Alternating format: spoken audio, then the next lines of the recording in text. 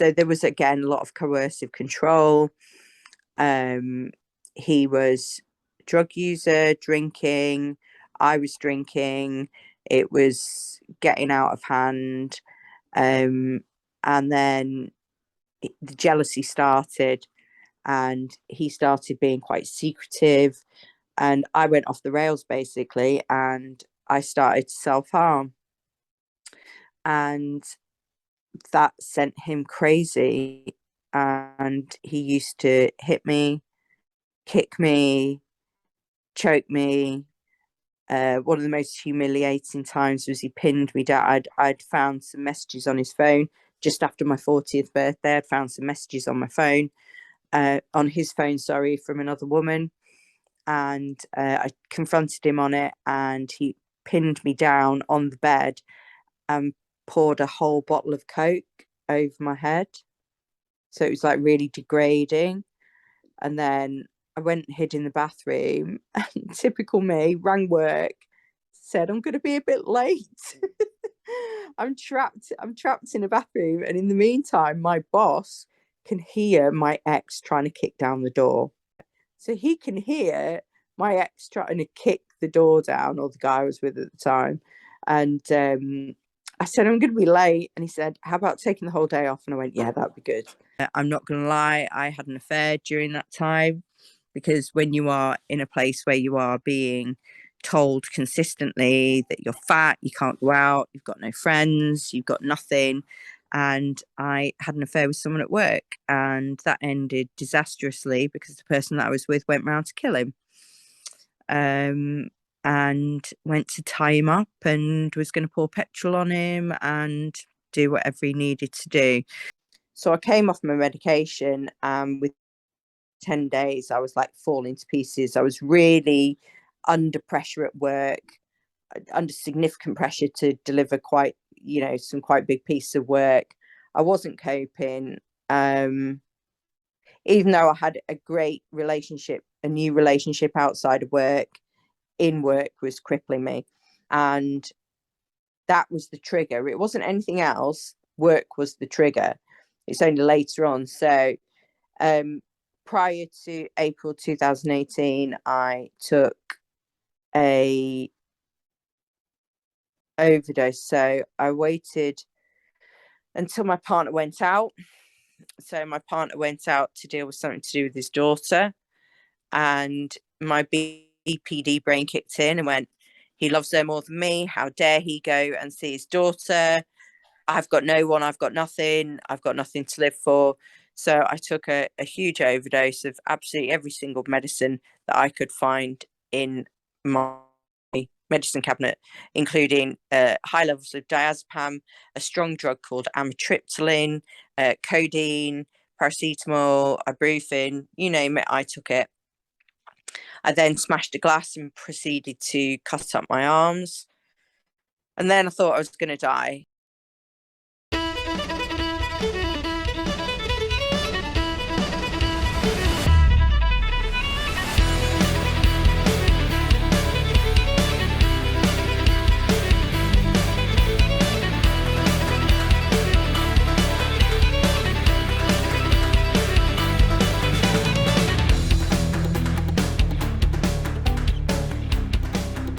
So, as you've said so far, like your professional life is a whirlwind of stress. Yeah. Mindly, like there's crazy incidents, crazy people, but you had a lot to deal with in your own personal life as well as that. And Yeah. you've come through pretty severe domestic violence as well while all this is going on. Do you want to just touch on that a little bit? Yeah, I mean,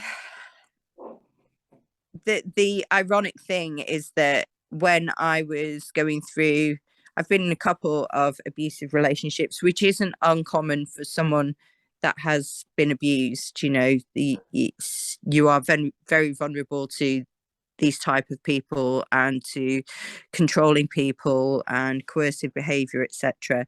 So at the beginning of my service, I was in a coercively controlled relationship, which ended in physical violence and ended with me effectively being homeless, leaving the house on the quiet with my dog and my clothes in a plastic bag. That was I ask, after. I'm Go just on. going to guess, I'm just going to make a guess here. By any chance, was that an older man? Yes. Yeah. Much Yeah. older? Not loads older, about 10 years older. But I always Really? I always used to gravitate to older men, which is, I don't know, put your Freudian sort of slant on that or whatever. But yeah, he was older. He was huge. He was as in like massive guy. And yeah, the coercive control started very early on and very scary.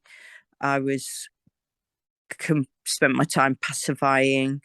I'm not going to lie, I had an affair during that time because when you are in a place where you are being told consistently that you're fat, you can't go out, you've got no friends, you've got nothing. And I had an affair with someone at work, and that ended disastrously because the person that I was with went round to kill him. Um, and went to tie him up and was going to pour petrol on him and do whatever he needed to do. So, yes, it ended with me being thrown in front of a car and being held up by my throat and nearly choked to death. And I eventually went to the police.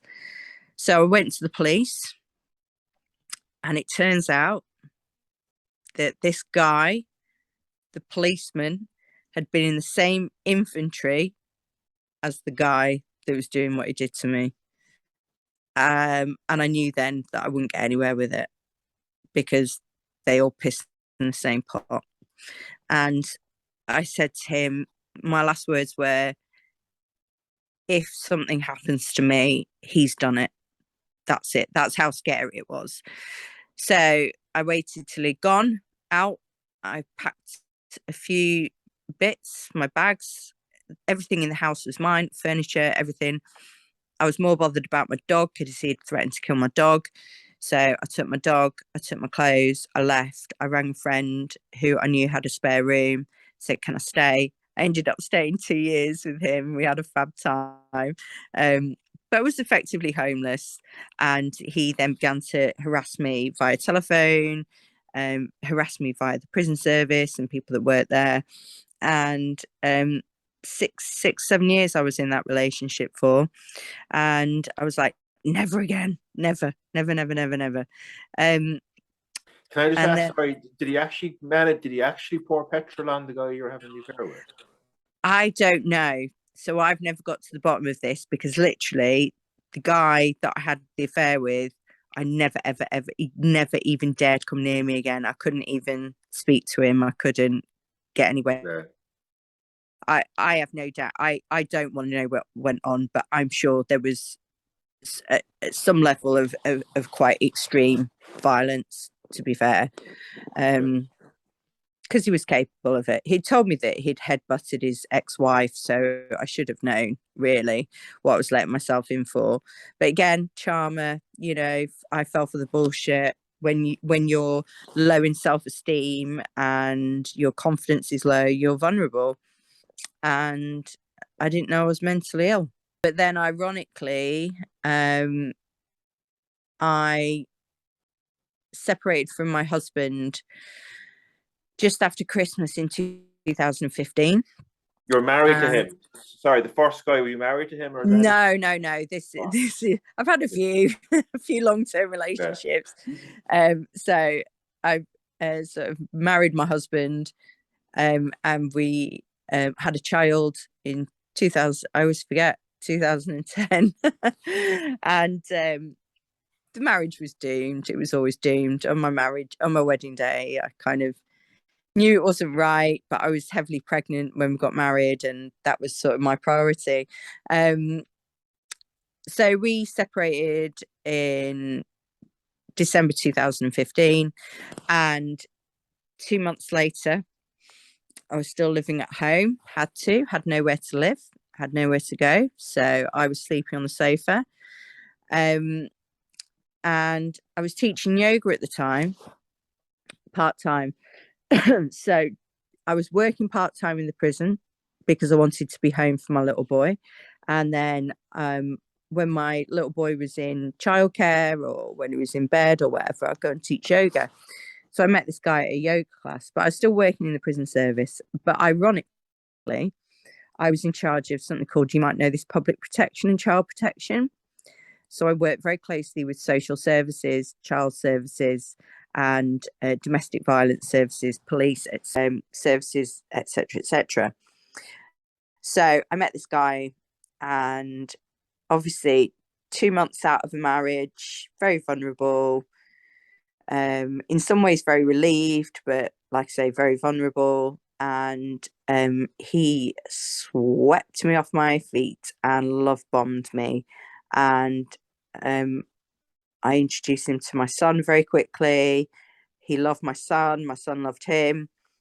And within 6 weeks, we were engaged and planning a wedding because that's how much he love bombed me. And for someone who has BPD, which I have, which I'll talk about, um, you have a desperate need to be loved, and he filled that gap. And very quickly, he became jealous.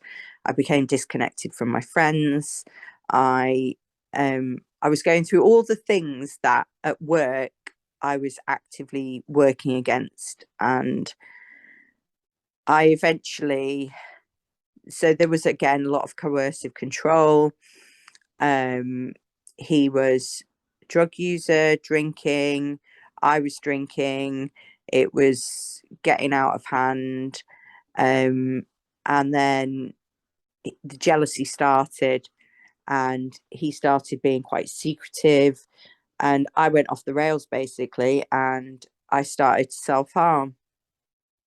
And that sent him crazy. And he used to hit me, kick me, choke me. One of the most humiliating times was he pinned me down. I'd found some messages on his phone just after my 40th birthday. I'd found some messages on my phone, on his phone, sorry, from another woman. And I confronted him on it, and he pinned me down on the bed and poured a whole bottle of Coke over my head. So it was like really degrading.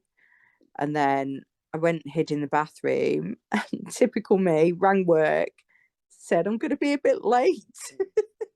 I'm trapped. I'm trapped in a bathroom, and in the meantime, my boss can hear my ex trying to kick down the door. Okay, And this is the my prison. So this is in the prisons. You were still working in the prison at the time, like. yeah. So he can hear my ex trying to kick the door down, or the guy I was with at the time, and I said, I'm going to be late. And he said, how about taking the whole day off? And I went, yeah, that'd be good. So Yeah, I took Jesus, I took the whole day off, and basically we sort of like, I just tried to keep the peace. I spent my whole time treading on eggshells, begging him to stay. And we made the decision eventually that he'd move out, but we'd stay together. But as soon as he moved out, I was like, wow, I feel so much better. So the control switched back to me then, and I managed to sort of take my life back. Um, and I eventually managed to distance myself. And then he started coming back to me, begging me back, saying, you know, I'm wrong and this and that. And I love you and I love Max and I miss you and all the rest of it. And eventually, I was getting the locks changed one day because he still had a key, and I had all his stuff on the front, and he left. And from time to time, he messages me. I predominantly have him blocked. Um, in fact, most of the time I have him blocked, but then sometimes if I get a new social media app, he'll find me and message me and say, you okay, or whatever. But I just ignore him now. He did contact me a while back and asked me if I wanted to meet. It's like, absolutely not. So yeah, very. And to be fair, that's what. So this was happening in 2016, and at the crisp, this is the start of my real deterioration into absolute mental health hell. On, I think I remember falling apart in the office at work. I couldn't cope anymore. I'd spoken to a probation officer that I was close to, and I opened up to her what was going on, and I literally fell to pieces. And I just thought, I'm going to kill myself. I want to kill myself. So I rang the crisis team. I managed to get an appointment the next day, and it all snowballed from there. All snowballed from there in terms of my mental health, my diagnosis, my eventual leaving the prison service, etc., etc. Um, but yeah, it it took that relationship, I think, to sort of tip me over the edge, because otherwise I would have carried on doing what I was doing, going to work, running myself into the ground, dealing with other people's problems, not dealing with my own, drinking heavily, not eating properly, being exhausted at the weekends so I couldn't do anything with my little boy, being emotionally drained, having nothing for anyone, having no time for anyone. Um, so yeah, again, to take a positive out of negative, yes, it did start 4 years of hell, or should I say 6 years of hell, but it was needed. It's like that. You have to break down before you come back up, and that's what's happened with me, definitely.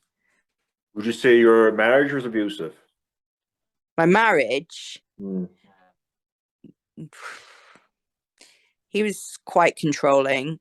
He was financially controlling, um, and he was very emotionally distant and bit of a shit husband, really. Again, I just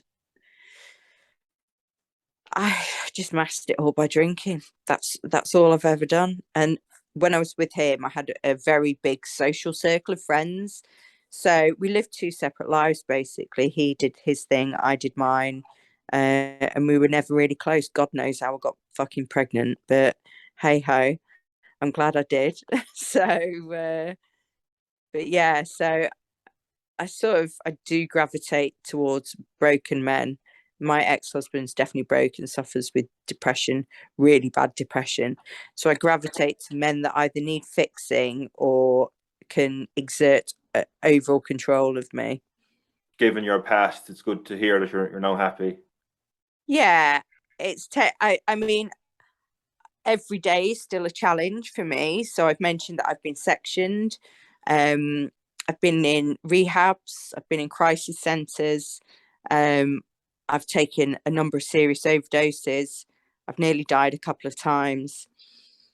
And just to point out to people, a lot of people say that suicide is selfish, and I get that. However, having been the person that feels suicidal, you honestly believe truly to your core that you are doing the world a favor by taking yourself out of it. So I believed that I was such a bad mother that my son would be better off with other people. I believed I was such a bad partner. I couldn't give anyone any love. I was hated by everyone, and that if I died, no one would come to my funeral. And so, yeah, you just feel like it's the end of the world. Fortunately, and obviously I was self-harming a great deal as well. Fortunately, those incidents have got less and less and less. I met a guy in 2018, October 2018, online dating, Tinder, was the it? the modern way, only because I can't be asked at 40 odd. Well, what am I, 45? What was the then to know? 41 or something, 42. At 42, I'm not going to go out and go chasing men, really. Especially with my of the men that are in prison, you never bloody know, do you? So yeah, met this guy through online dating, and I thought, do you know what? I can't be asked with lying, can't be asked with all the bullshit about taking 3 years to find out that you know. So I just laid it all out on the line, and I just said, I've got this. I've been diagnosed with this. I took an overdose. I'd nearly died. Da, da, da. I've given, I was abused, blah, blah, blah, blah. And he wasn't shocked at all. and he stayed with me. And within 6 months of the relationship, I was in hospital again. And we have our ups and downs, like any couple. He has ADHD as well, which presents its own challenges. He has it very severely, but there's not many men that would sort of demonstrate the loyalty that he has, and that goes a long way, because I can be a complete and utter bitch. So when my illness kicks in, yeah, I wouldn't be within 10 yards of me. Yeah, he copes and he deals with me, and yeah, we work through, and there's no abuse. There's no, maybe I abuse him by calling him names quite often, but yeah, we get there, and just dealing with life's ups and downs. I mean, the pandemic fucked everyone over. I mean, that was a real challenge, dealing with my mental health.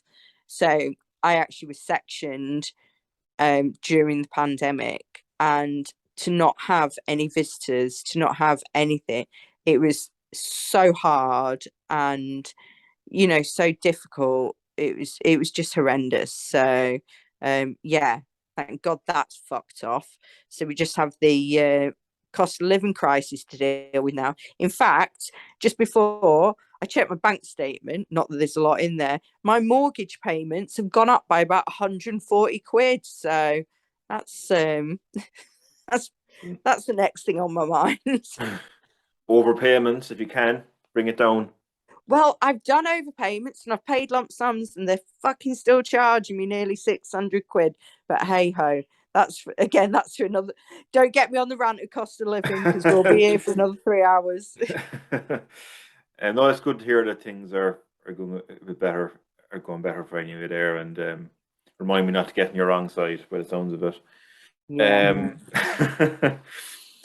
Now, as you've kind of alluded to there, Holly, you suffer from borderline personality disorder. Yeah. Could you maybe give an insight into what that is and how it affects you? Yeah. So borderline personality disorder is a part of what's called cluster B personality disorders, and it's not very nice because it's lumped in with narcissistic personality disorder, antisocial personality disorder, and psychopathic personality disorder. So us borderlines are lumped in with some pretty horrible people, shall we say. So I'll give you an example. Amber Heard was sort of defined as having borderline and narcissistic personality disorder. So it's not got a good reputation, let's put it like that. So borderline personality disorder tends to come, in fact, almost all of the diagnosis comes from childhood trauma, which makes sense with me. So the difficult upbringing that I had, so take the abuse out of the equation, is sort of the issues that I had with my parents. So I don't like to talk about sort of that too much. But there were lots of incidents in my childhood that later on, like I said, I didn't know I had BPD, or I thought I was just crazy. So I knew I suffered with depression. I knew I suffered with anxiety, but I used to cycle through relationships. My impulse control was terrible. I would get myself into, so I've had no danger awareness. I get myself into trouble. I did self-harm when I was younger. I did take overdoses, but again, I just thought I was crazy. And I don't mean any offense by asking this, but just from based on other podcasts that you would have mentioned, would you say that sex addiction was something that yes, came with? yeah, definitely. Addiction to anything. So you definitely addiction to men and to sex, because you feel like all you want. So the biggest um sort of, what's the word, I can't remember, the biggest Attention. thing about borderline personality disorder is fear of abandonment. And that comes from sort of childhood trauma. That comes from the fact that as a child, you look to your caregivers for stability and security, and if you don't get that, that is really sort of ingrained in you. So you may be acting like a complete and utter twat. So you may be externalizing. So we're known to be quite explosive with our anger. We'll push people away. But we don't, it's like, I hate you, but don't leave me. Pushing people to the brink. I've done that before. Sex addiction, absolutely. Cycle through relationships, lots of one night stands, not because I'm slutty, it's because I wanted to find the one. I want my Prince Charming. I want my man that's going to come up and sweep me off my feet and tell me everything's going to be okay, and that he can feel all that love that I'm missing. So I've described it to mental health nurses like a deep chasm in your body. Like you feel so empty. Your self-esteem is so low, your confidence, it doesn't matter outwardly how brilliant people think you are. Inside you think you're fucking lying, I'm gross, I shouldn't be here, I'm a disgusting human being.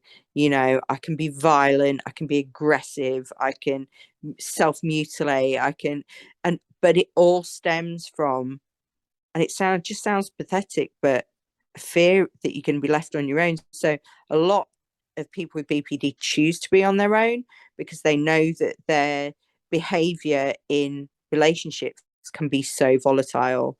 Yeah, that's kind of like a little synopsis of it. It's not pleasant. It's when I got diagnosed with it, it made sense. So I went through like sort of this 3-hour assessment, and she was like, you literally hit every single thing on the list. I had to do assessments about how I was parented, and then I went through therapy. I went 18 months of therapy, which was great. I went through 18 months of therapy, which was great. However, the effects were short-lived, and my psychiatrist described it as, imagine you have got stage 4 cancer. The later you are diagnosed, the less likely you are to respond to treatment. So like I say, I knew I was crazy. I've known I was crazy all my life.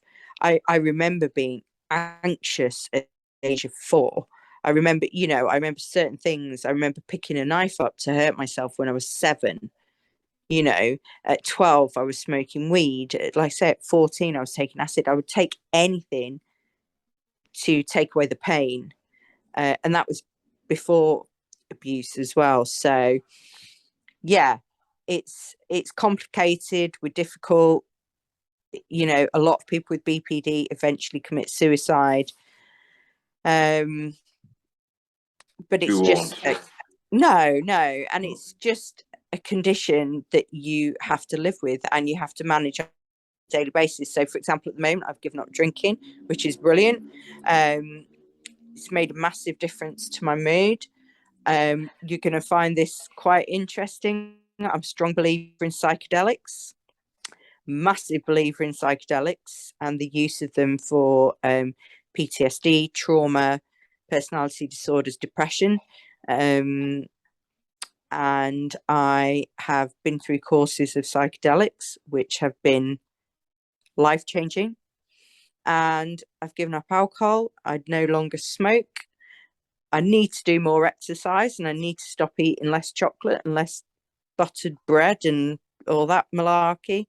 But overall, my mental health and my physical health are better than they ever have been. That's brilliant. Despite the challenges, don't get wrong, I've had 3 bad days. Today's my first good. Well, no, actually, I lie. I had a good day yesterday and a good day today. But I can spend 7 days in bed easily, not shower, not brush my teeth, wear the same clothes. It is a constant battle to get up and keep fighting. Yeah, I can relate to that. When I go through my depressed stages, I can stay in bed a fair bit as well. It's tough going, so I can relate to some of that. Yeah. Would you say, like, on a day-to-day basis, Like, would you say you'd have mood swings from it? Yeah, so they've just upped my mood stabilizers actually, because what I was finding was it's a really difficult time of year for this for me. Very triggering. I've had a lot of incidents happen at Christmas. I find it really difficult because it's like because it's a time for family. I no longer have contact with my family. I used to have really happy Christmases, but then things started happening, family things started happening, and basically now it's a really bad time of year. So I've noticed um, that my mood swings, and I have to keep sort of mental check of it. So I would probably say in a day, I can have about 20 mood swings. And when I mean mood swings, I mean psychotic, mental to suicidal, and then to or okay, and then up there again, and then there again, and then there again. They can literally be out of control.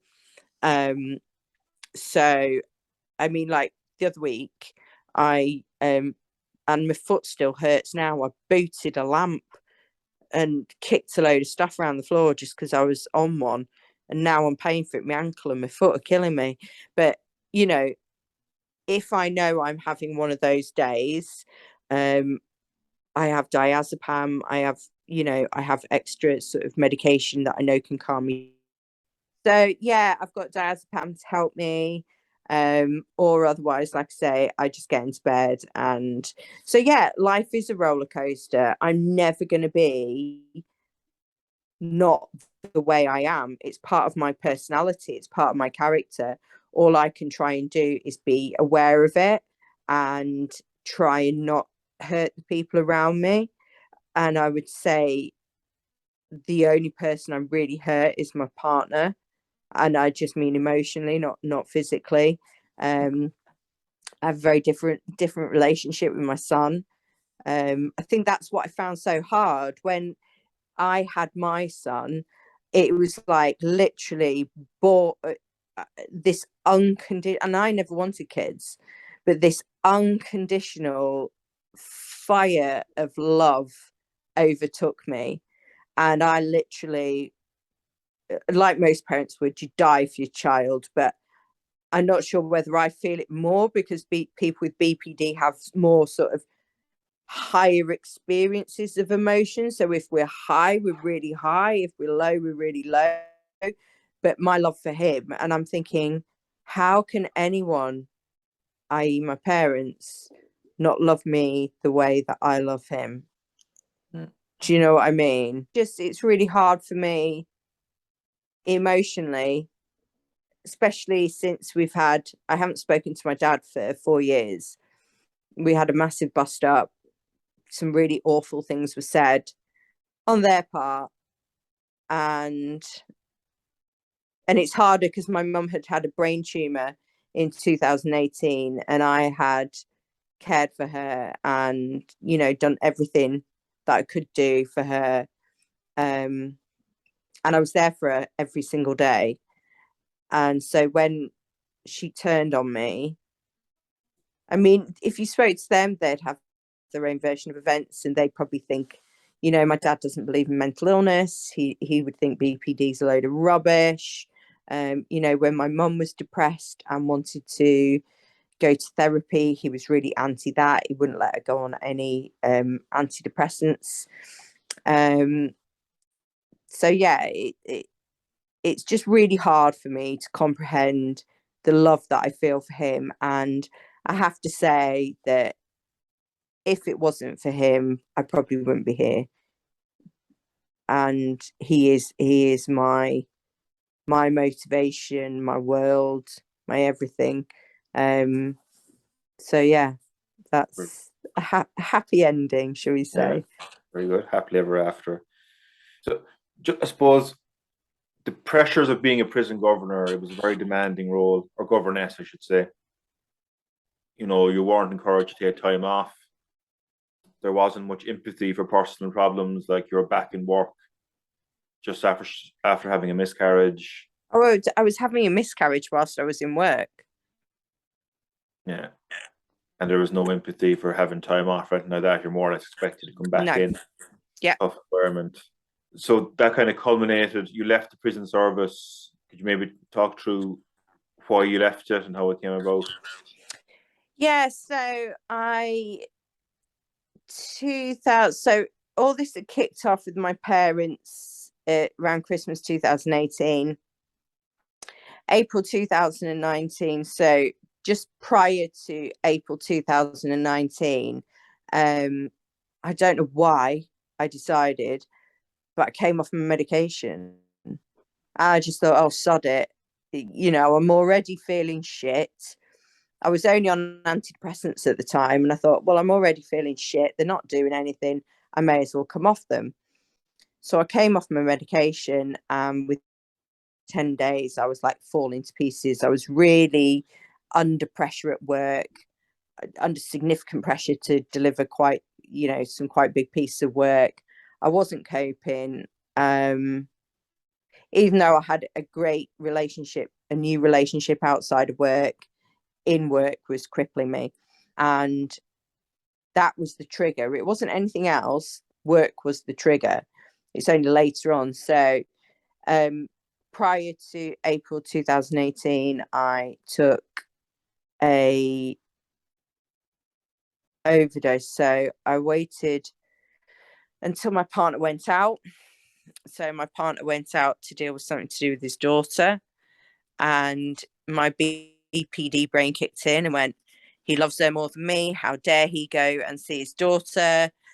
I've got no one. I've got nothing. I've got nothing to live for. So I took a huge overdose of absolutely every single medicine that I could find in my medicine cabinet, including high levels of diazepam, a strong drug called amitriptyline, codeine, paracetamol, ibuprofen, you name it, I took it. I then smashed a glass and proceeded to cut up my arms. And then I thought I was going to die. And then I thought, then I started to think, I don't want to come home and find me dead, find a corpse. So I rang 999 because I wanted them to pick me up nice and quick and take me before he came back. Because I thought, well, at least if I die, I'm in hospital. So 999 stayed on the phone with me. 2 hours it took for them to get, and I'm like in and out of consciousness, and the guy at the other end of the line is shouting, Holly, Holly, stay with us, stay with us. I'm like, oh, can't be asked. I just want to go to sleep. And the ambulance people turned up, and just as they came in and they were dealing with me, my other half turned up, and it was just, I felt so bad. I felt so bad for him, the shock on his face, the upset. So they took me to hospital, treated me in hospital, wanted to section me that night, but there were no beds. So my partner agreed to keep me on a 24-hour watch, so to speak. My first priority the next day, what do? Ring work. Work's more important than anything, isn't it? So I'm ringing work. I'd already sort of had a breakdown in front of my boss and said, I need some time off. And it wasn't long after that. I think it was like literally 2-3 days after that, I tried to take my own life. And I never went back to work from then. I finished work officially, I think it was December 2019. And I never went back to work because I was so poorly. And I went through, just really interesting, I went through a grieving process.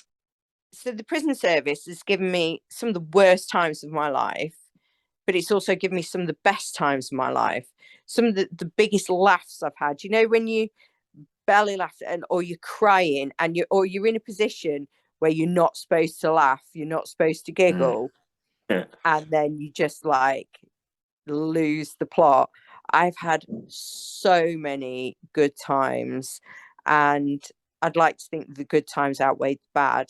And I'm a people person. Well, not anymore, but I was gregarious, I was confident, I enjoyed, speaking to people, I enjoyed speaking to prisoners, I enjoyed speaking to staff. I had some good friends. It was great. To go from that to nothing was really, really hard. So despite And lockdown happened 2 months after that as well. Like, yeah, yeah, exactly. So yeah, so not I was going through the grieving process during lockdown as well as the lockdown feeling. Yeah, so that was bizarre, and I only recognized that sort of like months into it as I went through the grieving cycle.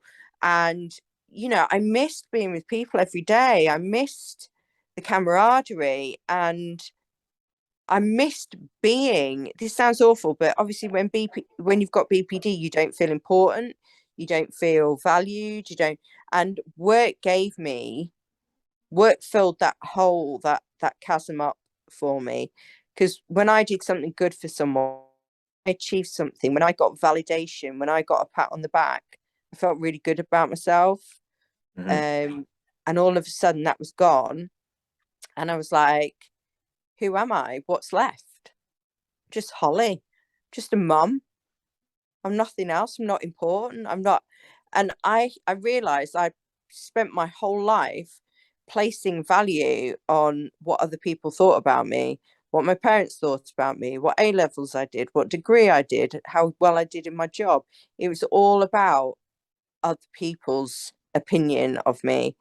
And having lost all that, having lost the validation from work, whether it be from prisoners or staff, I just fell into a really, really deep depression. Um, and having spoken to other members of staff that have been through the same thing, they've said it as well, that, you may hate the job, but you still grieve it, you still miss it. And it's only now that I can say wholeheartedly, I would not go back there for all the tea in China. There is a big wide world out there.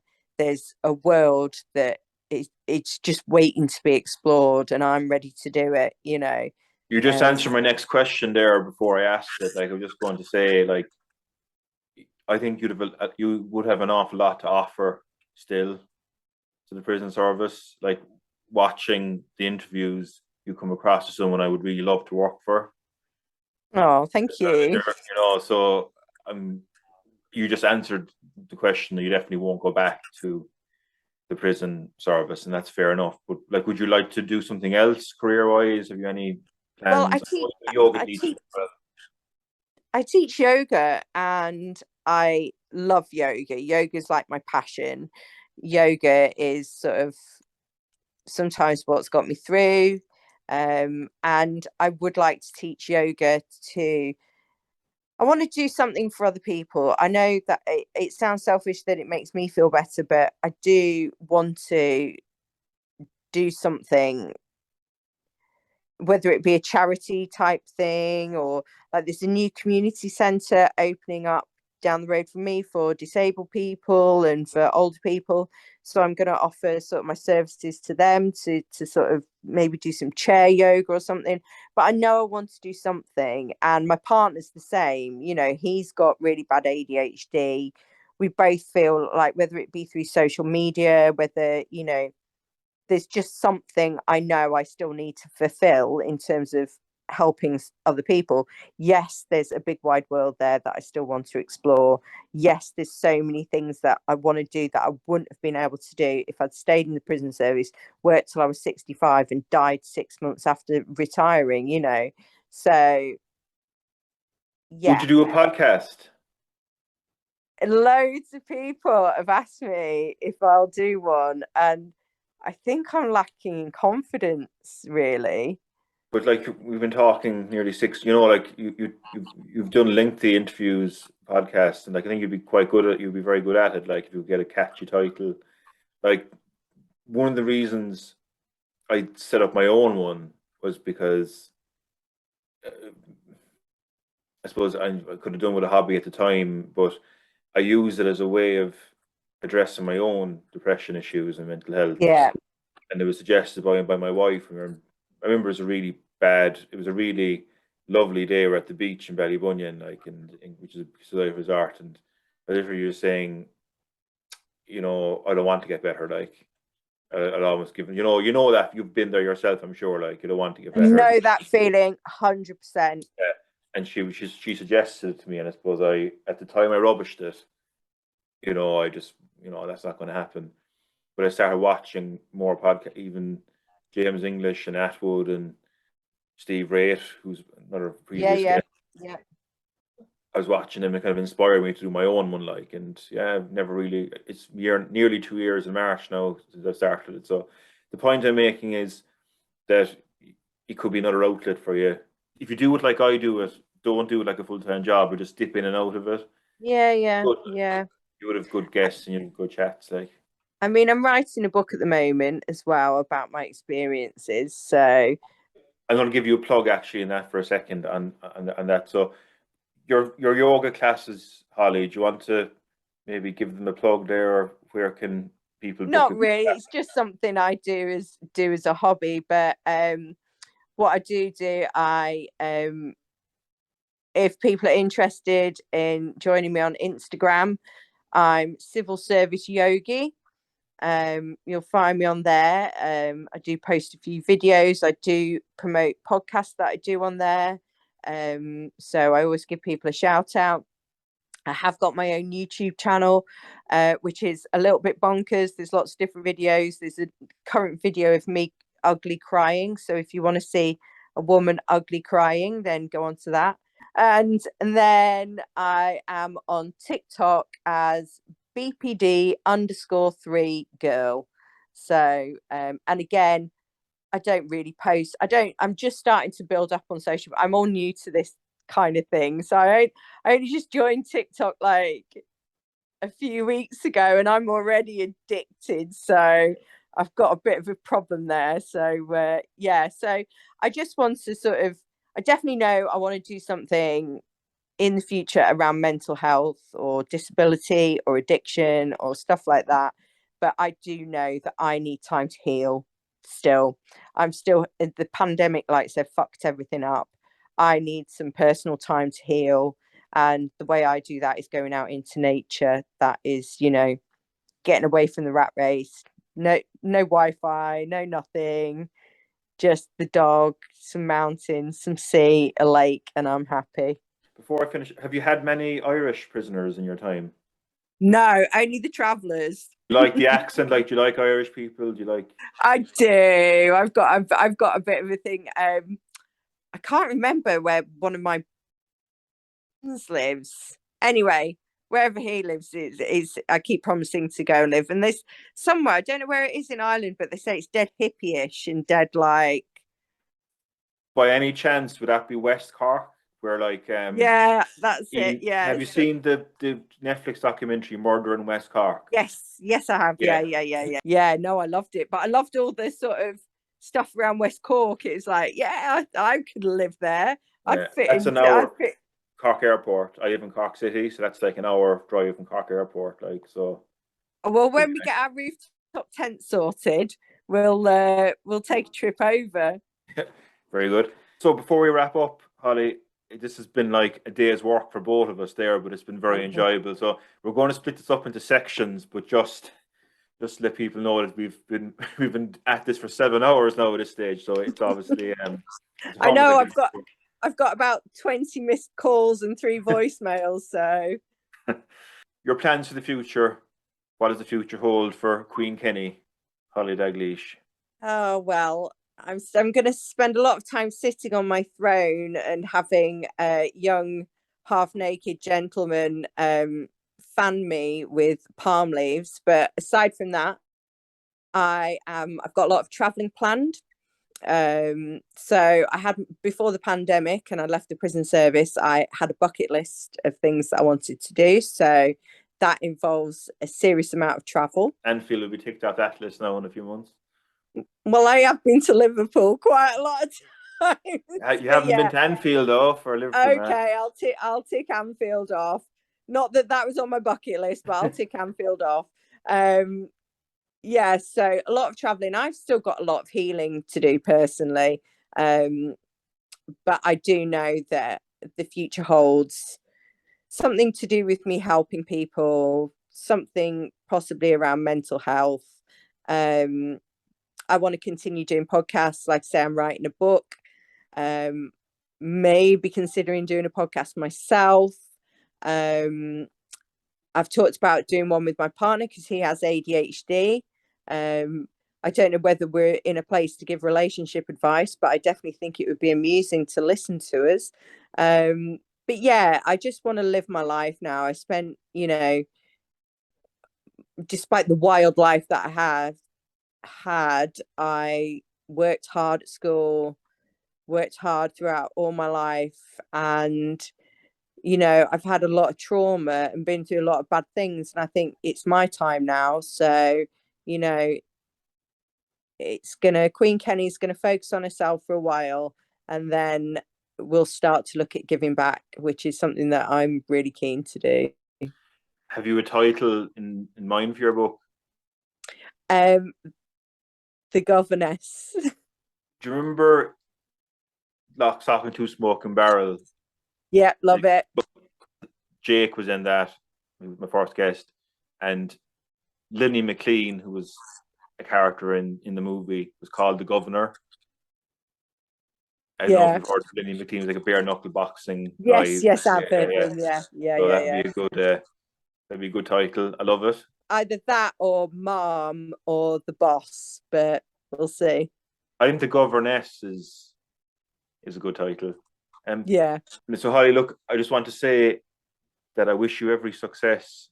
Thank you. In the world, like, you're inspiring to listen to. You're authentic. You wear your heart on your sleeve, and you definitely are one of the strongest women I've ever come across. Like, and the pleasure speaking to. So thank you very much for you're doing it again. I'm gonna end up in tears. Stop it. I can't cope. When you get your book printed, which Sean Atwood is going to help you with, you were saying. Yeah, I'm about a fifth of the way in, so I'm having a hiatus for Christmas and New Year, and then I'll get back into it. When you get your book printed, I'll help you promote it over here. Thank you. Podcast. So, Holly, we'd love to have you back at some stage in the future. We'll check in again. That'd be lovely. Fireside. Thank you for having me. It's been an absolute pleasure speaking to you, and I just hope that there's lots of people out there that tune in and listen to me rabbiting on to you for several hours. So thank you again. Thanks again for coming on, Holly. Thanks to you guys for tuning in. Please like, subscribe, and click the notifications bell so you don't miss any future videos and updates. And we'll see you next time on the Parley with Padre podcast. Good night. God bless.